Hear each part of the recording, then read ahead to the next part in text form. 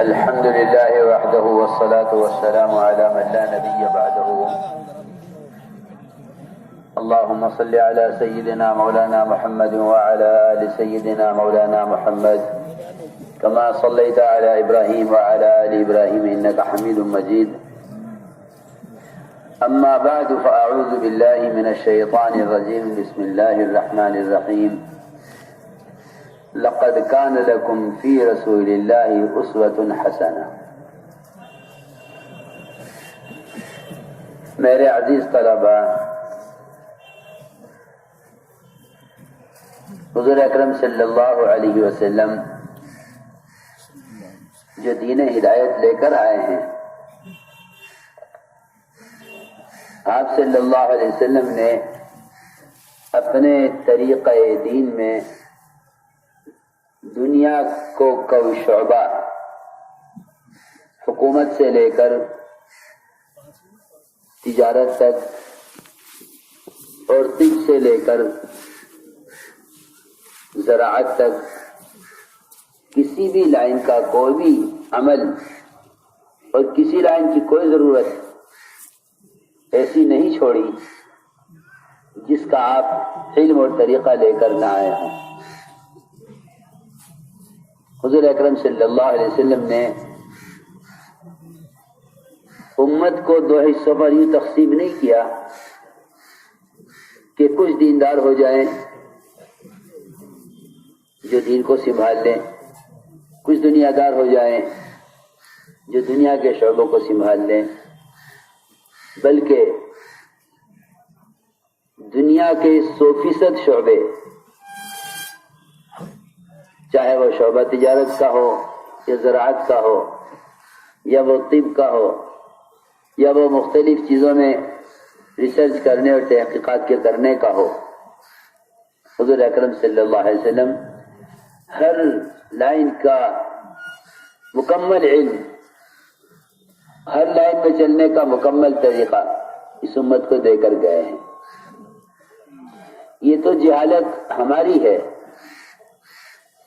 کہ ہم اپنی زندگی کے بارے میں فیصلہ کرتے ہیں کہ اگر علم دین حاصل کرنا ہے تو ایسا بن کر رہنا ہوگا، اور اگر دنیا پڑھنی ہے تو ایسا بن کر رہنا ہوگا.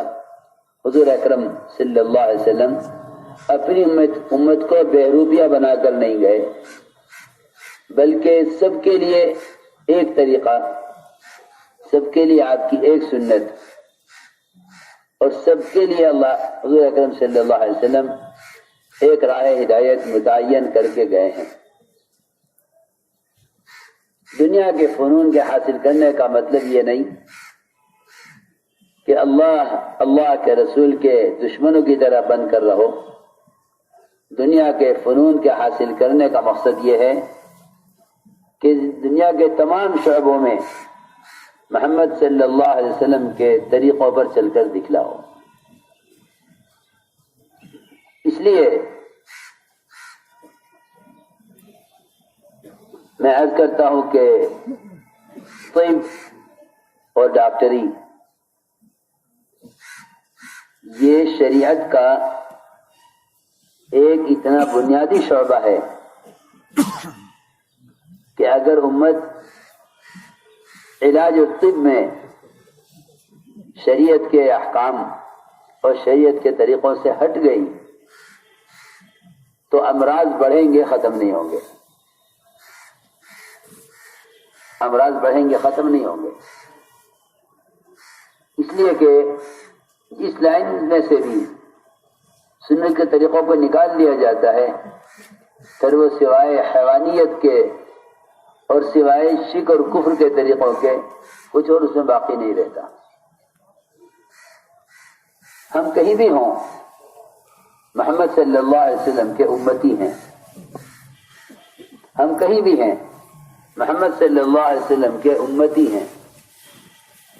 ہر شعبے میں امتی بن کر دکھلانا باعتبار عبادت کے، باعتبار ضروریات کے، باعتبار دعوت اللہ کے، ان 3 لائنوں سے اپنے آپ کو سنت کا پابند بنا کر زندگی کے ہر شعبے میں رہنا، یہ اس شعبے میں دین کے لانے کا اصل ذریعہ ہے۔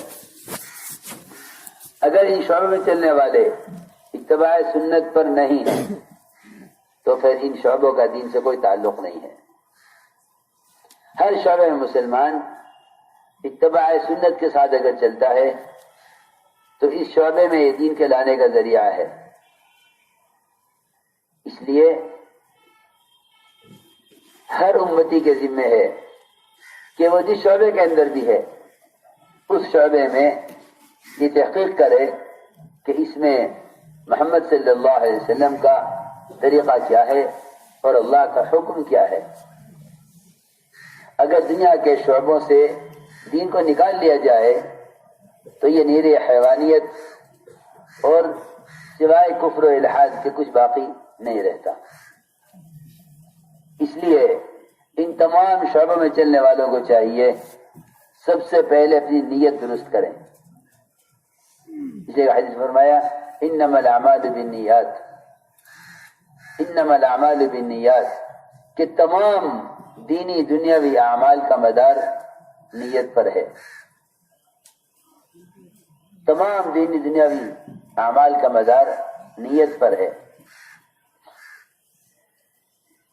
تمام دینی دنیاوی اعمال کا مدار نیت پر ہے۔ اگر نیت ایک شہد کی مکھی کی انسانوں کو نفع پہنچانے کی ہے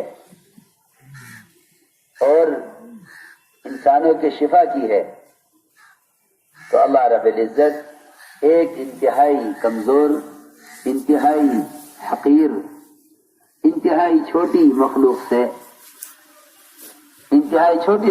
سے امت کی شفا کا سامان تیار کراتے ہیں، اور اتنا ہی نہیں بلکہ اللہ تعالیٰ اس کو الہام کرتے ہیں۔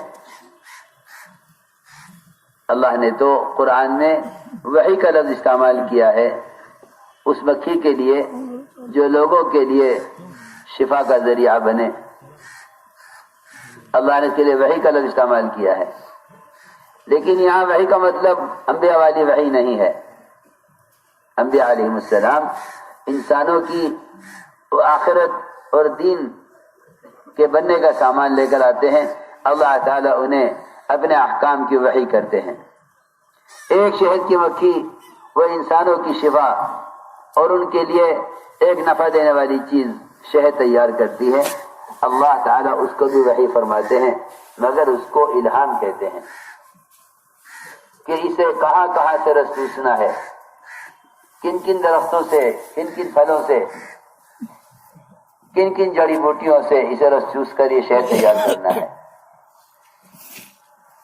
سنو غور سے، جب انسانوں کی نفع رسانی کے لیے ایک شہد کی مکھی کو کے اس ارادے پر